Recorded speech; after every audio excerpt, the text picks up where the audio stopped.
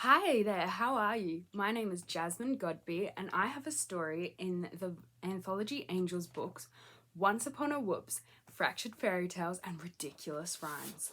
My story is called The Three Big Bad Wolves, and it goes a little bit like this.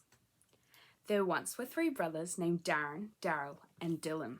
They lived in three separate houses. One was made of bricks, one was made of sticks, and another of hay. The brothers were very big, very bad wolves. No one knew this fact more than Mr. Sherman, the local male pig.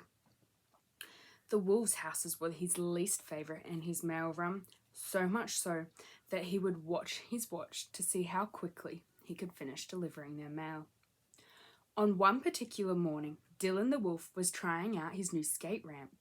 Dylan was the youngest of the very bad brothers and had made his house out of hay. His feet were so big they hung over either side of his skateboard. When he tried a new trick on his ramp, they tripped him up and he soared up, up, up into the sky. Splonk! He landed with his head stuck in his ramp, and it looked a little bit like this. Ouch! Seeing his opportunity to sneak by unseen, Mr. Sherman scuttled up to the mailbox, poked the letters in, and was about to run off when he heard, "Little pig, little pig!" After some more grunting, Dylan hoiked himself free. Shaking his fist, he cried, "You'd better come in." Dylan had asked Mr. Sherman to tea before, but he had never accepted. Mr. Sherman shook his head. "Not by the hair on my chinny chin chin." Dylan was so mad, so angry, that he huffed and he puffed and he blew his own house down. The little pig waved goodbye and headed to the next house. This next house happened to be that of the second brother, Daryl. Daryl had made his house from sticks. His lawn was green but had several bare veggie gardens and flower beds full of withering weeds. Mr. Sherman was relieved that this garden was empty of wolves, but before long the stick door flew open and Daryl darted into the garden. Little pig, you come in, now!" Mr. Sherman began to walk away, calling him over his shoulder, "Not by the hair on my chinny chin chin." Daryl wasn't going to take no for an answer again. He jumped his fence and ran after the pig, who squealed and screeched and shot into action. He ran and he sprinted with the wolf on his tail. They circled the stick house a whole 13 times. The sneaky pig led Daryl back to the entrance of his house, where Mr. Sherman ran laps around the doubled-over wolf. Daryl was so unfit that he huffed and he puffed and he blew his own house down. "Oh man, that's the third time this month." Mr. Sherman tried to muffle his cackle, because he really didn't want to be rude. But he couldn't quiet himself, so he tucked the mail in the letterbox and ran on to the next house. Darren was the oldest and wisest of the three brothers. He'd built his house of bricks so that no matter how mad or puffed he got, he could never blow his house down. He was sitting by the front window in his lounge room, wearing his business shirt that said, "Darren's brick houses, what we put up can't be blown down." As Mr. Sherman approached the third house, Darren jumped to his feet and shot out the door. Little pig, come in," he called. Mr. Sherman crossed his arms and stomped his feet. "Not by the hair on my chinny chin chin," he replied. A scowl dawned across Darren's face. "But I want to have you for dinner," he roared. Mr. Sherman stuffed his mail in the mailbox and rushed away, leaving Darren to slam his door shut as he stormed inside, secretly wishing he could huff and puff and blow his house down. Later that night, the three brothers were hanging out at the older brother's brick house. That was partially because they liked each other's company, but also because the younger brothers had blown down their houses and had nowhere else to stay.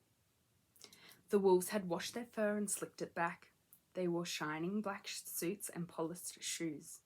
Their razor-sharp teeth glistened. Dylan, who had a bandage wrapped around his head, was setting the cutlery on the table that was covered in a fine white tablecloth. Darryl was sitting on the lounge reading his newspaper, his heart still aflutter from his wild pig chase. "I don't think he's coming," Darryl said to his older brother, who sat watching out the window. "It makes me so mad," said the youngest brother from the table, "that I'll huff, and I'll puff, and I'll—" "Don't you dare blow down that table," cried Darren, rushing over to stop him. Darryl was at his heels. "I'm sorry," said Dylan, sitting down with a frown. "I'm just so hangry." Darryl patted his shoulder. "When will dinner be here?" he asked Darren. "Soon," Darren replied. "I ordered it online." At that moment, the doorbell rang. The wolves rushed to the door. Opening it, they found the little pig on the other side. Mr. Sherman straightened his blue postie cap. "Your order, sir." The oldest brother put on his poshest, most politest voice. "Please, Mr. Sherman, won't you stay for dinner?" "Well," stuttered Mr. Sherman, "since you used my name this time, and asked so nicely, well, yes, I think I'd like that." Mr. Sherman glanced around and stepped inside. "What a nice place you have," he said, watching as Darren hung his cooking pot from the fireplace. He twiddled his thumbs and released a heavy sigh as he watched the fire flicker and crackle. Darren stoked it with his fireplace poker. Mr. Sherman shuffled his feet. If he ran now, he could still make it to the door, or, if the wolves blocked it, he could still jump out the window. Arms outstretched, Darren walked towards Mr. Sherman. Mr. Sherman squealed and froze like a statue. Darren took the box from Mr. Sherman's hands. Mr. Sherman stayed frozen.